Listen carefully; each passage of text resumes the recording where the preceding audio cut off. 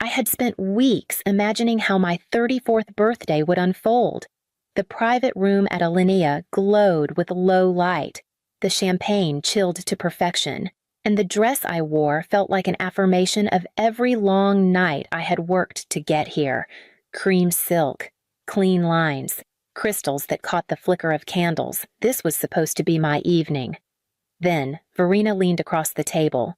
Her hand swept the remnants of her plate crumbled napkins, a peel of lemon rind, a smear of sauce, and dropped them into my lap as though I were a bin. She smirked, her voice carrying across the hushed room. "Now you look like a garbage can." The laughter I expected never came. My friends froze. Jasmine's fork hovered in midair. Tamsin's eyes widened. Rowan and Felix both looked as if they might intervene. Before they could. My mother spoke in that weary, indulgent tone I knew too well. "Verena's just uncomfortable with fancy places. Calla, don't take it to heart." I felt the silk cling damply to my legs, the weight of every gaze at the table pressing into my skin. My smile came automatically, trained from years of smoothing over the sharp edges my family threw at me. "It's fine," I said, though nothing about the moment was fine. Inside, something shifted, not a flash of rage, not even shame, something quieter and more final, a decision forming beneath the humiliation. I reached for my napkin, dabbing at the stain, hearing Verena's low chuckle as she leaned back in her chair. My friends remained silent, unsure whether stepping in would wound me further. I gave them the same smile I had always given, a signal that I could take it, but I no longer wanted to take it. My hand brushed the key fob in my clutch, a reminder of the sedan Sable drove every day, still legally mine in title and insurance. I had called it safety when I kept everything in my name. Tonight, the word took on a different meaning. The evening limped forward, but the balance of power in me had already begun to shift, carrying me toward what would come next. When I finally shut the door of my apartment behind me, the silence felt heavier than the murmur of the restaurant. I slipped out of the ruined silk and hung it on the back of a chair, not because it could be salvaged, but because I wanted to see the damage in the morning light. It would remind me of what I had endured. I made coffee, though it was far too late for it, sat at my desk, and opened the folder I had been building quietly for years. Every transfer, every wire, every so-called emergency lived here. Verena's voice echoed in my head. "Nat, the landlord's threatening eviction. Could you help just this one time?" One time had become 10, then 20. Phone bills, car repairs, recital fees, all slipping into my accounts as if obligation were written in my blood. Scrolling down, I saw the spa charges, the designer purse she insisted was a gift for Sable but posted proudly herself, the weekend getaways she claimed were mental health breaks, and then the sedan $32,000 of reliability, supposedly to help Sable get to school. Every gas stipend and repair invoice still drafted from my account, all of it in my name, hidden under the word safety. My mother's soft favoritism rang like background music your sister tries so hard when Verena dropped another job. Money isn't everything whenever I shared a promotion, even last year when I became executive director. Delphine sighed. "Just don't overwork yourself, sweetheart." Before turning the conversation back to Verena's big heart, I realized I had been chasing something I would never receive. Recognition, pride, even basic respect. I had tried to buy their love with tuition funds, utility checks, a birthday dinner meant to prove I belonged. The spreadsheet glowed back at me, line after line of proof. Not generosity anymore, not kindness, just a ledger of how thoroughly I had allowed myself to be diminished. And staring at those numbers, I knew it was time to close the account in more ways than one. The morning after, I reached for my phone before I even poured coffee. The first thing I saw was a notification Sable had posted new photos. I tapped, and there it was, my dress. Stained and crumpled, a blurry shot from the restaurant. The caption read, "When rich auntie tries too hard." Guess the trash finally matched the outfit. Beneath it, Verena's comment glowed a string of laughing emojis. More screenshots rolled in from friends who had seen the post before I did. My phone buzzed with messages. Are you okay? Want me to come over ignore them? They're cruel. I typed out thanks but asked for space. I didn't want witnesses to the ache in my chest. Not again. I replayed the night in fragments. Not just the moment Verena dumped the scraps into my lap, but the way my mother reached for Sable's hand afterward, soothing her as though she had been the one wounded. The way Verena leaned back in her chair, triumphant, measuring her importance by the silence she forced from everyone else. The pattern stretched back years. Every award I earned, every promotion, every milestone diminished or dismissed. While Verena's stumbles were praised as effort, my achievements were smothered under warnings not to get ahead of myself. And I had accepted it, quietly handing over money, favors, and pieces of myself, hoping someday they would see me.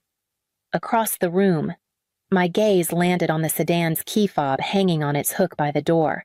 It gleamed faintly in the light, an object that seemed small but carried the weight of years of avoidance.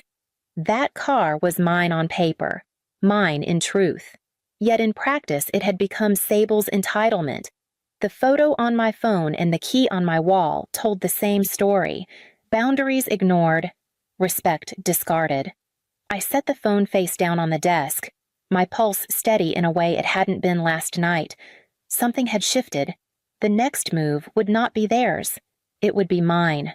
By noon, I had stopped shaking. The photo, the captions, the comments, they no longer burned in the same way.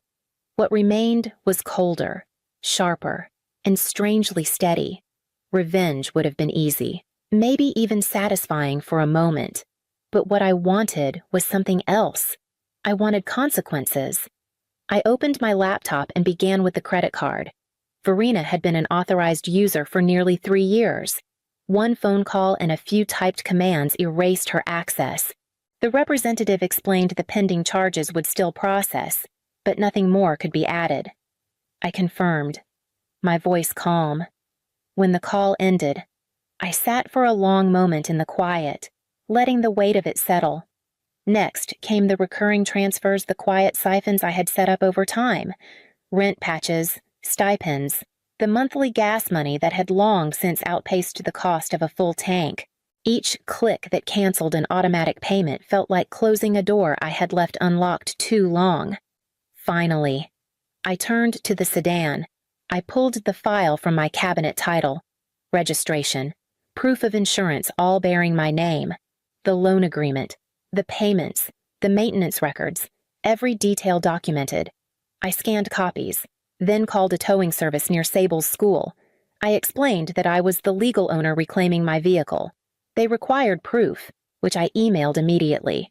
We set the pickup for the following morning during her dance practice. Once the logistics were in motion, I composed a single text and sent it to all three. We can talk at my apartment today at 3. No explanation, no justification. The responses came quickly. Verena first, her fury spilling through the screen. Are you insane? You can't just cut me off like this? Delphine followed with her predictable guilt. Sweetheart, families don't keep score. You're being petty. Then Sable. The car is mine. You can't just take it away. I typed only one reply, the same to each. We will discuss at 3. For the first time, the conversation wasn't happening on their terms. The clock was ticking toward my door, and I was ready. The call came exactly when I expected it. At 7:50 my phone buzzed with Sable's name flashing across the screen. I let it ring once before answering. Her voice was shrill, frantic. My car is gone. Someone stole it from the school lot while I was inside. What am I supposed to do now? I kept my tone even. It wasn't stolen. Sable. It was reclaimed. The car is mine, titled, registered, and insured in my name. I loaned it to you. That loan is over. There was a pause. Then the flood began. You can't do that. Everyone knows it's my car. I need it for school, for dance, for everything. You're ruining my life." Her voice cracked as the threats shifted into tears. "Please, Aunt Calla, I'll delete the post. I'll apologize. Just give it back." My chest tightened, but I stayed steady. This isn't about punishment for a single post. It's about years of behavior. The car was always mine. Now it's simply back where it belongs. She hung up on me, the line dead before I could say more. Minutes later, Verina's name lit my phone.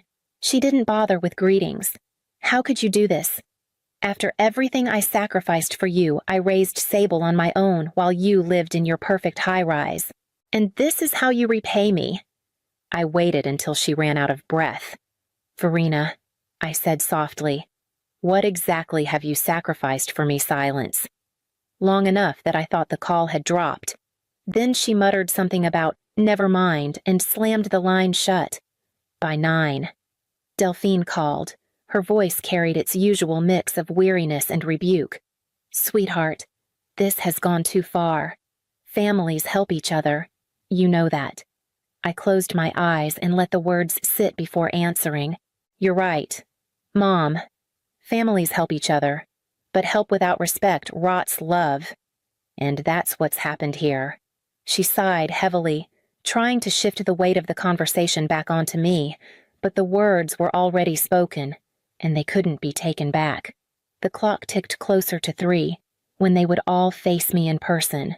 At 3 o'clock sharp, the knock came. I opened the door to find Verina flushed with anger, Sable sullen and puffy-eyed, and my mother wearing her martyred expression. They swept in without waiting for an invitation, carrying the storm with them.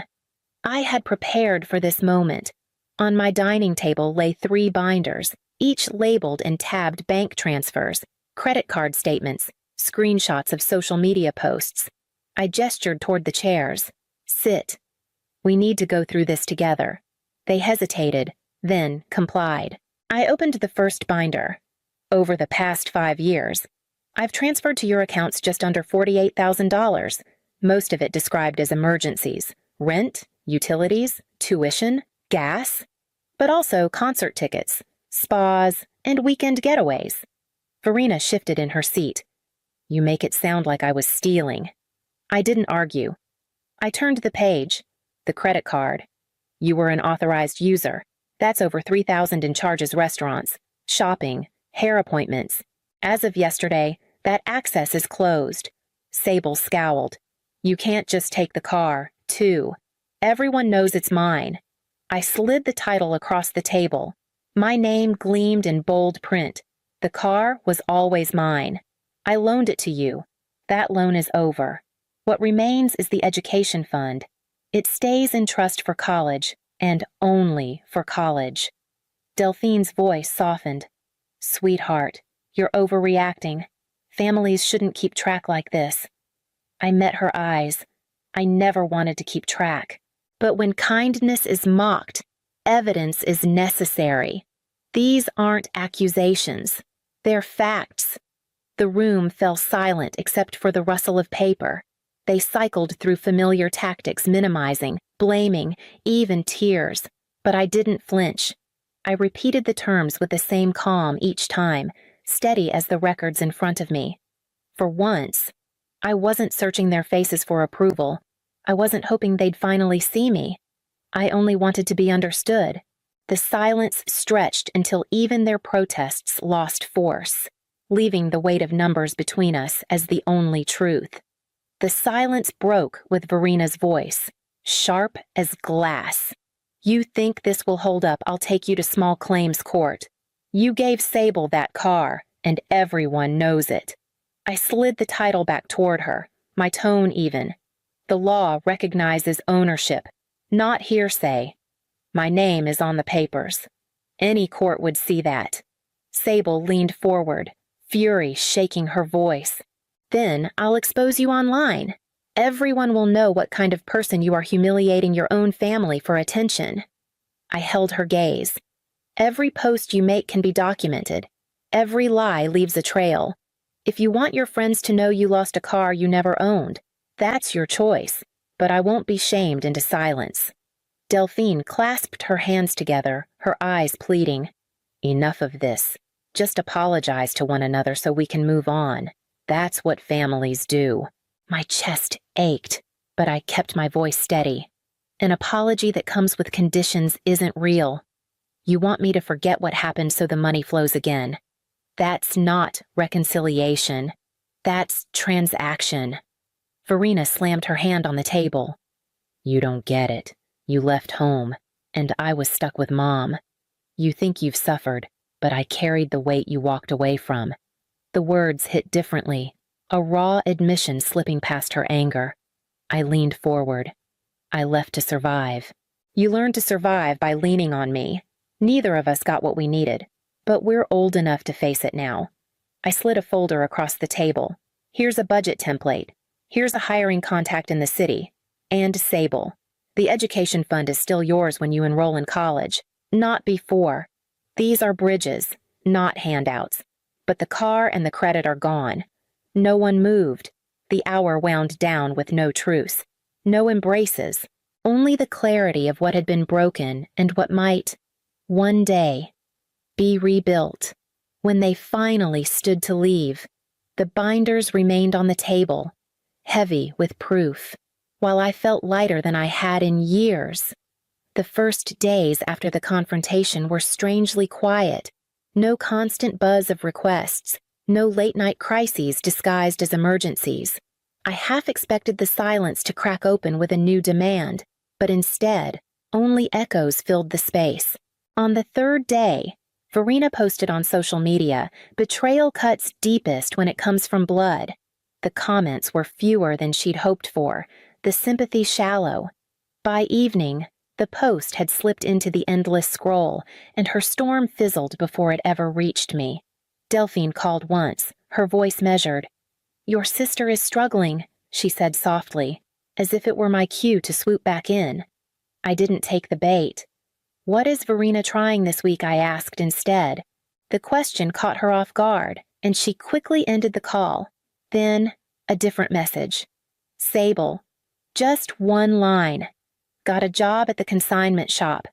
I stared at the words for a long time, weighing their simplicity. My reply was shorter still. "Proud of you." It felt like the first real exchange between us, unclouded by demands. Alone. I began noticing how much of my life had been shaped around proving something. The dinners, the clothes, the curated perfection of my apartment, all designed as evidence of worth to people determined not to see it. I canceled the order for a new designer bag I'd convinced myself I needed, then enrolled in a photography class at the community center instead. The quiet grew, but it wasn't emptiness. It was space. Finally mine. Sturdier than I remembered it could be. And as the weeks unfolded, that silence began to shift into something else. Signs that change, however small, was taking root. By the end of the month, the first cracks in their resistance began to show. Verena, no longer buffered by my transfers, took a second interview at a logistics firm. To my surprise, she got the job office coordinator with steady hours and benefits. She didn't call to announce it, but I heard through Delphine, whose voice carried more relief than complaint for once. Sable, too, started adapting. Without the car, she learned the bus routes and carpooled with classmates. Her texts became brief updates rather than barbs. Saving for school. Looking at in-state programs, dance departments that don't cost a fortune. It was practical in a way I'd never seen from her before. Even my mother shifted in small but noticeable ways. Our weekly calls no longer spun into recitations of Verena's struggles. Instead, she asked about my clients, my photography class, even the weather off the lake. Sometimes she slipped, but I redirected gently, and she followed. Then came the dinner. Just a simple meal at her house: roast chicken, salad, nothing extravagant. My friends weren't there, and there were no theatrics. We passed dishes, we ate, and for once, the air wasn't heavy with tension. Afterward, Sable asked to speak with me outside. We stood in the small garden as twilight set in. She didn't stall or blame. "I need to apologize," she said quietly. "What I did was cruel. I was jealous, and I lashed out. I'm sorry. The words landed differently from anything she'd said before. I nodded. I accept your apology. But trust isn't instant. It takes time to rebuild. She agreed, and for the first time in years, I believed she meant it. I walked back inside with her, knowing the real test was still to come. When my 35th birthday arrived, I chose quiet over spectacle. No reservations, no silk sheath, no grand gesture meant to prove anything. Just a home-cooked meal in my mother's kitchen, the camera from my photography class resting on the table beside the dishes. The room felt different this year. There was laughter, but it wasn't forced or bought. It wasn't measured by the size of the bill. Sable handed me a folded card she'd made herself, careful brushstrokes forming a bright design. Inside was $200, saved from her job at the shop. It's not much, she said, but I wanted to give back something. I held it with more reverence than any luxury gift I'd ever received. Verena's present was simple, a cookbook she'd chosen because I'd once mentioned wanting to cook more at home. It was modest, but thoughtful, and that was what mattered. When the time for toasts came, Delphine raised her glass. Her voice was steady, without the sharp edge of comparison. To Kala, she said, who showed us how strength and love can live together. I'm proud of the woman you've become. I sat in the warmth of that moment, realizing that boundaries hadn't destroyed us. They had given us the only chance to grow into something real. Back home later, I hung my coat and glanced at the car keys still on their hook. They weren't symbols of power anymore. They were proof that I finally drove my own life.